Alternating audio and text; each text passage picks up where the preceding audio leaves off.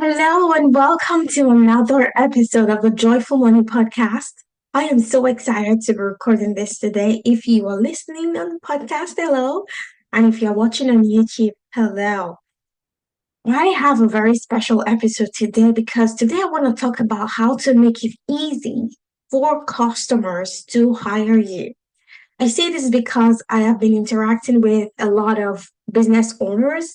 And the first thing I ask is, tell me about your customer's journey. And many of them are often very clueless. When I ask them, tell me your customer journey, and I'm like, okay, I'm going to do an episode so you can very clearly understand what your customer journey is and why you should do it. Now, it's the end of September, almost the end of September at the time of recording. And I must tell you, it seems like summer doesn't want to go away. So here in Canada, we're still, Canada, where I am, we're still experiencing summer-like temperatures. Like it's becoming very uncomfortable. And so for the first time, I'm actually looking forward to the winter. I hope the weather is nice where you are, and I hope you are making the most of it. So, what is it about customer journey mapping? Well, it's very important for you to know your customer journey because when you know your customer's journey, you're able to tailor your solutions to fit your customer journey, right? Because every customer is different, but there are 7 stages of customer consideration. Like this is very popular in the business world, but I don't see this being referenced in the coaching industry.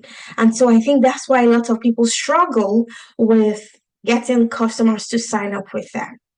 Now, I'm going to share my screen in a minute, but there are various touch points, right? If you think about it, if you want to build a successful and sustainable business, a business where you're not just dabbling, you're sure this is what you want to do in the long term, then you must understand that you need different touch points.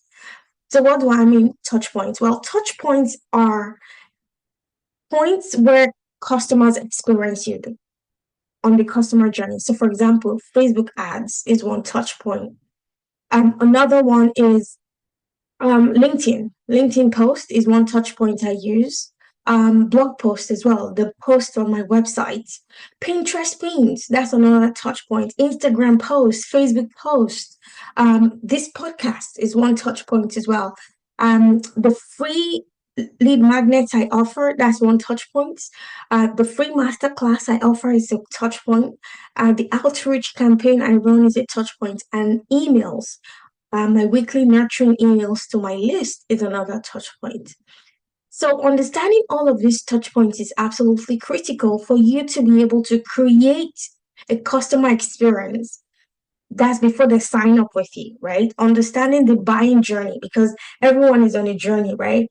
So, for example, someone might see my Facebook ad, then watch my masterclass, sign up for a call and buy, or someone might want to listen to the podcast first and have a sense of who I am. So different customers have different journeys. So I want to share my screen in a minute and I'm going to show you exactly how my customer mapping works. You can copy and tweak my customer journey to fit your niche and your product, the service you offer. But it's very important for you to know your customer journey because when you do, you make it easier for people to pay you and you can improve the customer experience at different touch points. Okay. So it's not like you're just throwing spaghetti at the wall and hoping that something sticks. You have a methodical process, and you, as the business owner, I like to say, you, as the CEO of your business, you have to know what your customer journey is. And if you think about it, if you think of top companies like Amazon, Walmart, Tesla, all of these companies have product roles. So we call it product management. I used to be a product manager for one of the top banks. And every product you create, you have to map out your customer journey. Like we use large boards when we're doing in person in the office. We'll have these very large boards where we'll map out the customer journey. so everybody could see our customer experience for that product. Same thing for Tesla and Walmart, for example. They all have product managers who map out their customer journey. So you as the CEO of your business, you need to map out your customer journey so that it's almost like you're stepping into the shoes of your clients and understanding how they buy your product. So let me share my screen very quickly so I can show you. Okay, so I'm sharing my screen now. If you're listening on the podcast, I'm going to try my best to describe what I'm sharing on screen.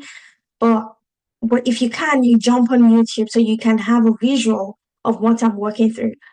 If you are driving, obviously, don't do this while you're driving. Listen to the podcast until the end, and then you can come back and watch the YouTube. I'm going to drop the link in the show notes for those on the podcast. Okay, so here is your journey map, a customer journey map. And this is exactly what my journey map looks like. And it shows step 1 to 7, which is from awareness to the point where people take action and pay you to join your program. Okay? Awareness is the point where customers become aware of you, like potential customers, because prospects or leads become aware of you.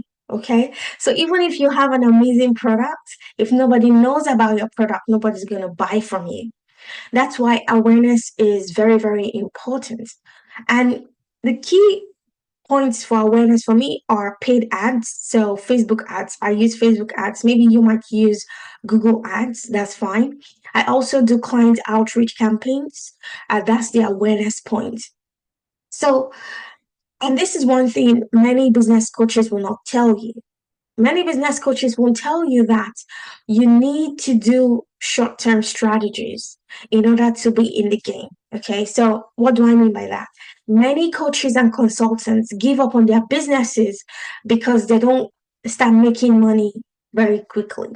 And the reason they don't make money quickly in their businesses is because they are learning from a business coach who's telling them to just post on social media. Okay. Now, I'm not saying there's anything wrong with posting on social media. I post on social media. All I'm saying is that that's a long-term strategy. Okay? If you want to get money now, there is money now and there's future money. I believe social media content is future money because you're building your client base.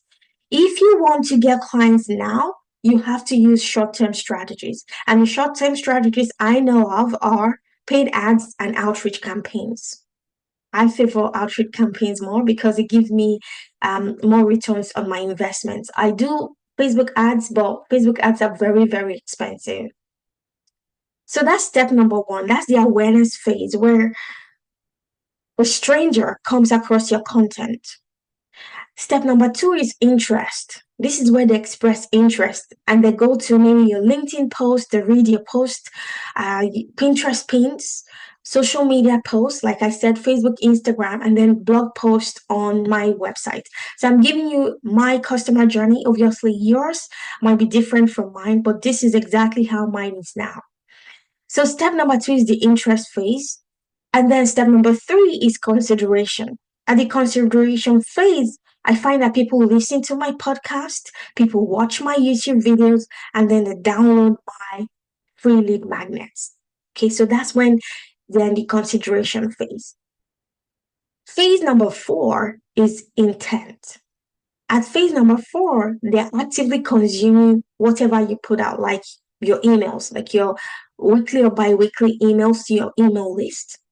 Step number 5 is evaluation. This is where they are evaluating you in detail, and most likely they will attend your webinar, or in my case, is a masterclass. So they watch my masterclass, and from that masterclass, they move on to step number 6, which is the decision phase. This is where they book a strategy call.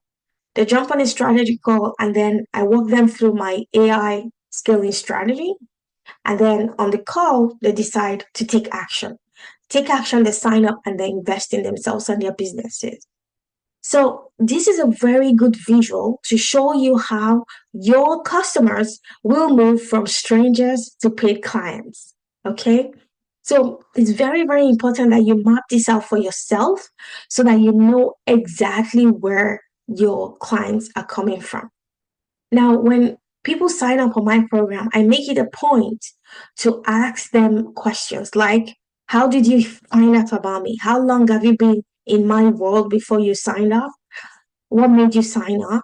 So I have all those data because all those data helps me to make business decisions. So for example, if someone says, "Oh, I've been listening to your podcast for 6 months," then I know I need to invest more on my podcast. If somebody said, "Oh, I saw you on a Facebook ad and I just clicked it, watched the masterclass and I signed up," then I'm going to invest more in Facebook ads. So you see how, like I always say, business is a game of numbers. You have to know your numbers. You have to know where your clients are coming from. And there is no way you would know where your clients are coming from if you do not have a customer journey map. So this is absolutely critical. If you do not have a customer journey map, then you need to make time to create it. Now, I didn't think to make this a template. I would have given you a template. I designed this in Canva. But if you want my template so it makes your work easier, just send me a message. I'm going to send it to you. Okay. So that's your customer journey map. So here is your action item for this week. I want you to spend time to map out your customer journey. I'm going to very quickly answer a question someone asked me during the week. Someone sent me an Instagram DM to ask me how I stay consistent. And I gave her the answer via Instagram DM, but I felt I should share my answer so that if you're listening to this podcast, you can benefit and maybe adapt my strategies. The way I stay consistent is I weave in accountability into my business. And I'm going to tell you exactly how I do this. I do this with this podcast and my YouTube channel. Yes, this is what keeps me accountable. My podcast and my YouTube channel, I'll tell you, is the most intense personal development I've ever done for myself and in my business. Why? Because it makes me take action because I know I have to come here every single week. It makes me take action because I know I have something that keeps me accountable. So if you want to be consistent, I encourage you to weave in accountability into your business. Maybe start a YouTube channel, maybe start a podcast, right? So even though over time you're going to build an audience, primarily it's going to keep you accountable so you show up in your business every single week and you take the action to create the life of wealth and abundance you know you deserve. So that's the answer I gave the lady, and she was so happy with um, the coaching I gave her over DM. So I wanted you to have that as well, so you can think of how you can weave in accountability into your business. Because if you do, then you create the life you really, really want. Now it's the end of September. The year is almost over. And my question to you is, are you on track to hit your business goals? I hope you are. If you are not on track to hit your business goals, here's the good news. Today is a brand new day. You can take action today and make sure you weave in accountability so that you take consistent action. And I'll say this again, many business coaches won't tell you that you need a combination of long-term strategies and short-term strategies. Okay? Long-term strategies, like I said, are your blog post, your podcast, your social media post. But in order to stay in the game, you need clients right now.